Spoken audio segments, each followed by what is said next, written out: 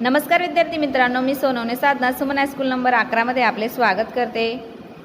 यापूर्वीच्या व्हिडिओमध्ये आपण इयत्ता 9चे प्रकरण 1 भारतात ब्रिटिश सत्तेचा उदय या प्रकरणात भारतात युरोपियन प्रजेचे आगमन कसे झाले होते त्याविषयी चर्चा केली होती। आता आपल्याला भारतात आलेल्या विविध विदेशी कंपन्यांनी कोणकोणत्या ठिकाणी व्यापारी केंद्र स्थापित केले त्याविषयीची चर्चा करायची आहे।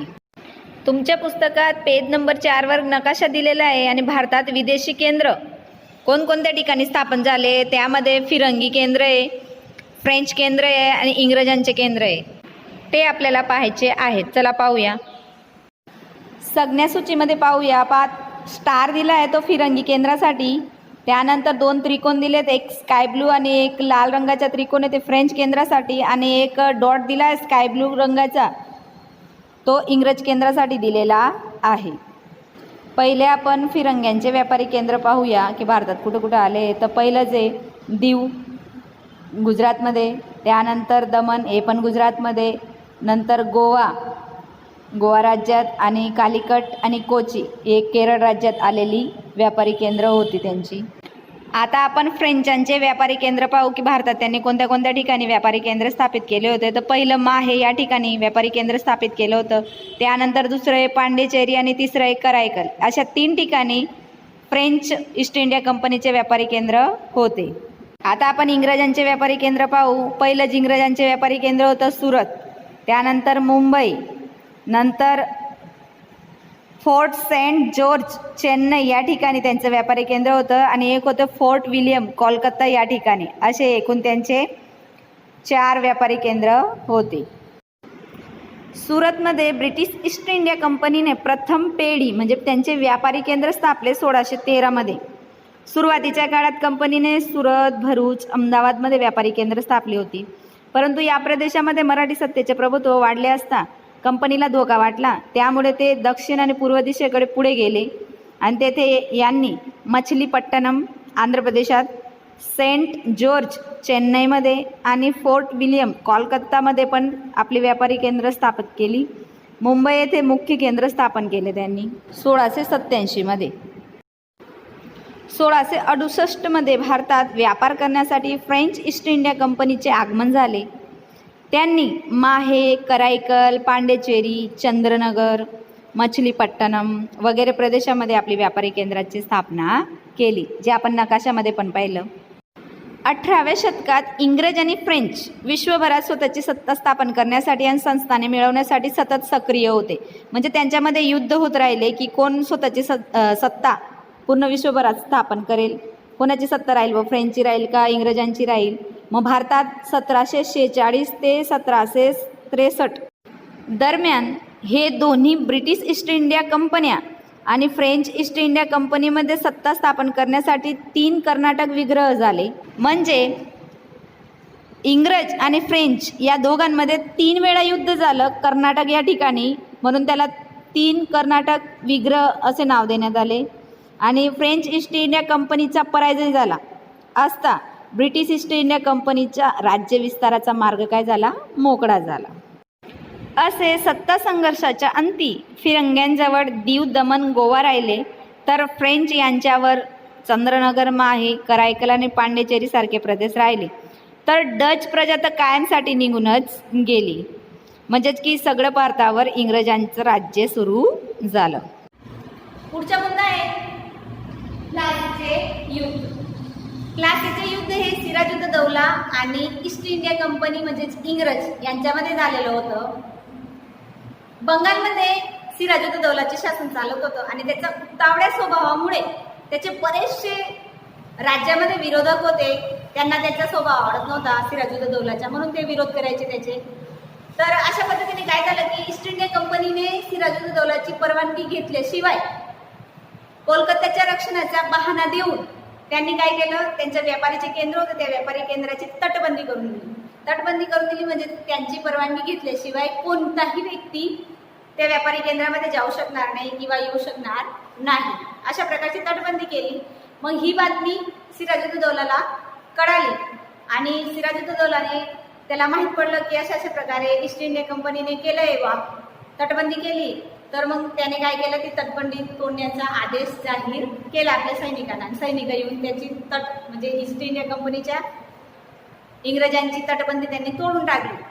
मग अशा पद्धतीने ही तटबंदी तुटल्यावर हा समाचार किंवा ही बातमी कोणाला माहीत पडली, तर त्यांचे जे व्यापारी केंद्र होतं दुसरं चेन्नईमध्ये, तिथपर्यंत पोहोचली ही बातमी की इंग्रजांची तटबंदी कोणी तोडली, तर सिराजुद्दौलाने तोडली. असं मद्रासहून एक लहानसं सैन्य कुठं आलं, तर कोलकातामध्ये राहणारे त्यांचे जे इंग्रज अधिकारी होते किंवा इंग्रज कारीगर होते त्यांच्या मदतीसाठी आले आणि त्याचे नेतृत्व रॉबर्ट क्लाइव्ह यांनी घेतलेलं होतं. म्हणजे रॉबर्ट क्लाइव्ह आणि त्याच्यासोबत काही सैनिक कुठं आले, कोलकाताला आले.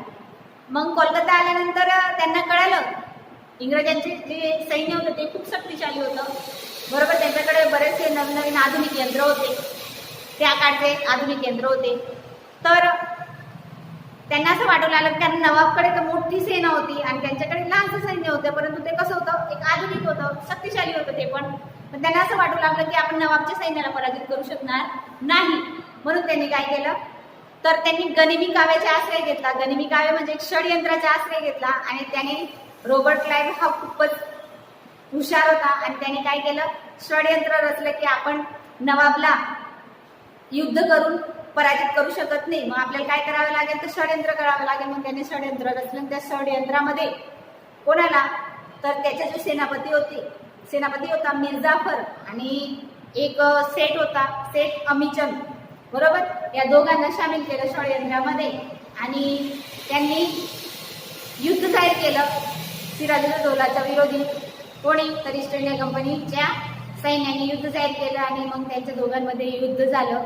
केव्हा, तर ते 23 जून 1757 या साली, बरोबर. आणि कुठं, तर मुर्शिदाबाद, पश्चिम बंगाल 38 किलोमीटर दूर अंतरावर जे आहे त्या अंतरावर प्लासी नावाचं एक गाव आहे, बरोबर. तर त्या प्लासी नावाच्या गावाजवळ सिराजुद्दौला आणि ईस्ट इंडिया कंपनीचे सैन्य यांच्यामध्ये युद्ध झालं. पूर्व योजनेनुसार मिर्जाफर हा युद्धात निष्क्रिय राहिला, त्याने युद्ध केलं नाही, बरोबर. युद्ध केलं नाही म्हणून काय झालं, सिराजुद्दौला युद्ध हारून गेला.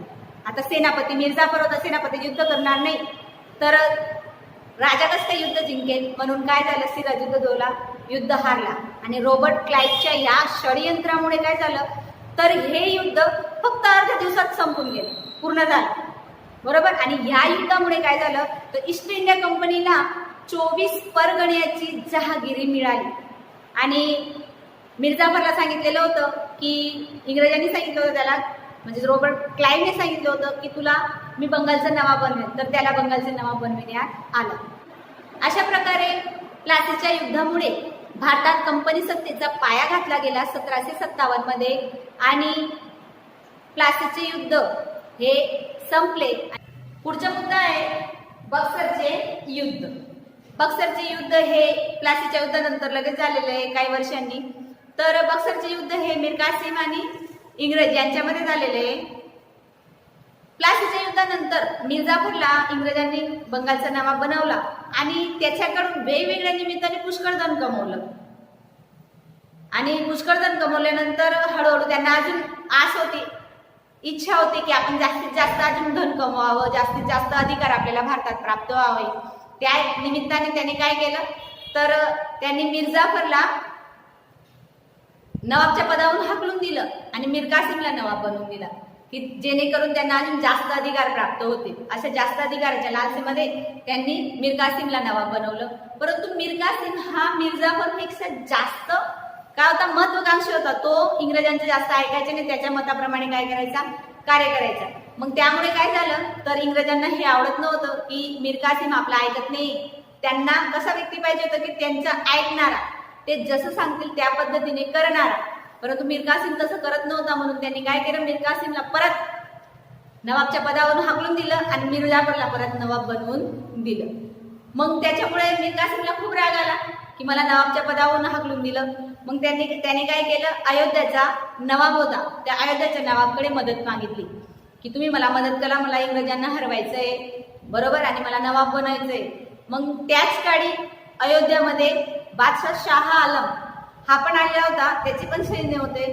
तर अशा पद्धतीने तिघं मिळून गेले, मीर कासिम, अयोध्येचा नवाब आणि बादशाह शाह आलम. या तिघांची संयुक्त सेनाने काय केलं, इंग्रजांसमोर युद्ध जाहीर केलं. कुठं, तर बक्सर या ठिकाणी 22 ऑक्टोबर 1764 मध्ये. आणि मग त्यांच्यामध्ये युद्ध झालं. त्या युद्धाला बक्सरचे युद्ध असे म्हणतात. या युद्धामध्ये शाह आलम, मीर कासिम आणि अयोध्येचा नवाब तिघी हारले आणि इंग्रज जिंकून गेले. आणि इंग्रजांचा विजय झाला. आणि विजय झाल्यानंतर इंग्रजांना बंगाल, बिहार आणि ओरिसा हे 3 प्रदेश जे आहेत, या तिघी प्रदेशांची महसूल वसूल करण्याची सत्ता प्राप्त झाली. आणि इथूनच मग इंग्रजांचा भारतात राज किंवा त्याची सत्ता निर्माण झाली. पुढचा मुद्दा आहे कंपनी शासनाचा विकास. इंग्रज सरकारने नियामक कायदा पसार केला 1773 मध्ये आणि त्या कायद्याप्रमाणे बंगालचा गव्हर्नर जनरल बनवून कंपनीच्या व्यापारी आणि राजकीय हितासाठी तसेच प्रवृत्तींना सरळ अंकुशाखाली ठेवले आणि त्याखाली मुंबई मद्रासचे गव्हर्नर आणि त्याच्या काउन्सिलला ठेवण्यात आले. या रीतीने वॉरन हेस्टिंग भारताचा प्रथम गव्हर्नर जनरल झाला.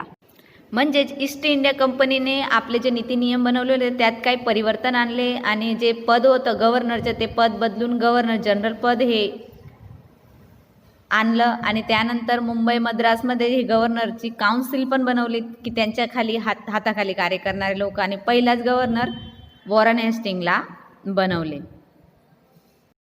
त्याच्या काळात मराठ्यासोबत प्रथम मराठा विग्रह आणि म्हैसूरच्या हैदर अली सोबत द्वितीय म्हैसूर विग्रह झाला. या दोन्ही सत्तांचा एकसोबत सामना करताना ईस्ट इंडिया कंपनीची समस्या वाढली. वॉरन हेस्टिंग नंतर गव्हर्नर जनरल म्हणून कॉर्नवॉलिस आला आणि त्याच्या समय दरम्यान म्हैसूरचा वाघ म्हणून ओळखला जाणारा टिपू सुलतान बरोबर तिसरे म्हैसूर विग्रह झाले कॉर्नवॉलिसचे. आणि टिपू सुलतानला हरविण्यासाठी कंपनीने म्हणजे इंग्रजांनी मराठा आणि निजामांची मदत घेतली आणि तिघांच्या संयुक्त सैन्यासमोर टिपू सुलतान हारला आणि त्याला तह करावा लागला. तह करणे म्हणजेच काय, संधी करावी लागली. कॉर्नवॉलिस नंतर sir John Shore governor general झाला. त्याने अंगीकारलेल्या तटस्थ नीतीमुळे ईस्ट इंडिया कंपनीची प्रतिष्ठा खालावली. शिवाय मराठी अधिक बलवान झाले. म्हणून जॉन शोर नंतर आलेला गव्हर्नर जनरल वेलेस्ली होता आणि वेलेस्लीवर कंपनीचा सगळा भार आणि भारतात कंपनीची सर्वोपरी विस्तार करण्याची जबाबदारी पण आली त्याच्यावर. मग त्याने काय केलं तर त्याने सहायकारी योजना बनवली आणि ती योजना सगळ्या राज्यांना स्वीकारण्यास सांगितली. सहायकारी सैन्य योजनेच्या अटी. पहिली अट आहे कंपनी सरकार प्रशिक्षण दिलेले सैन्य योजना स्वीकारणाऱ्या राज्यांना देईल आणि हे सैन्य राज्याच्या आंतरिक आणि बाह्य आक्रमणापासून राज्याचे रक्षण करेल. ही पहिली अट होती. त्यानंतर दुसरी अट होती त्यांच्या बदल्यात योजना स्वीकारणाऱ्या राज्याची लष्करी खर्च किंवा तेवढी आवक असणारा प्रदेश इंग्रजांना द्यावा लागेल. तिसरी अट होती कंपनीच्या परवानगीशिवाय राज्य अन्य राज्यांसोबत युद्ध किंवा तह करू शकणार नाही. चौथी अट होती राज्याच्या दरबारात एक इंग्रज प्रतिनिधी ठेवणे. पाचवी अट होती अन्य विदेशीला स्वतःच्या राज्यामध्ये नोकरीसाठी ठेवू नये. अशा प्रकारच्या सहायकारी योजनाच्या अटी वेलेस्लीने बनवलेल्या होत्या. आणि ही योजना स्वीकारणारे राज्य कोणकोणते होते तर ते पहिलं होतं निजाम, दुसरं म्हैसूर, तिसरं अयोध्या, चौथं गायकवाड, तिसरं सिंधिया, भोसले, होळकर अशा प्रकारचे बरेच राज्यांनी ही योजना स्वीकारलेली होती. पुढचा मुद्दा आहे वेलेस्ली आणि सहायकारी सैन्याची योजना. ही योजना एक गोड विषा समान होती. या योजनेचा अंमल करून वेलेस्लीने पुष्कळ प्रदेश ईस्ट इंडिया कंपनीमध्ये जोडले. गव्हर्नर जनरल वेलेस्लीने टिपूला सहायकारी योजना स्वीकारण्यास सांगितले, ज्याचा त्याने नकार केला आणि योजना स्वीकारण्याचा नकार होताच कंपनी इंग्रजांनी निजामांचा साथ मिळून म्हैसूरवर आक्रमण केले 1799 मध्ये. आणि चौथा म्हैसूर युद्ध दरम्यान टिपूला इंग्रजसोबत लढता लढता मरण आले. वेलेस्लीनंतर भारतात गव्हर्नर जनरल म्हणून हेस्टिंग आला. त्याने नेपाळसोबत युद्ध करून गुरख्यांना लष्करात सामील केले. पेढाऱ्यांबरोबर युद्ध करून त्यांना अंकुशात घेतले. तिसरे मराठा युद्ध करून कंपनीची सर्वोपरी सत्ता स्थापन केली. विल्यम बेंटिक भारतातील अगोदरच्या गव्हर्नर जनरलच्या तुलनेत उदार गव्हर्नर जनरल म्हणून ओळखला जातो. आधीच्या गव्हर्नर जनरलांची स्वीकारलेली साम्राज्यवादी नीतीमुळे राज्यामध्ये जो असंतोष निर्माण झाला होता त्या असंतोषामधून ऐक्य निर्माण न व्हावे त्यासाठी त्यांनी उदारमतवादी कार्य केली.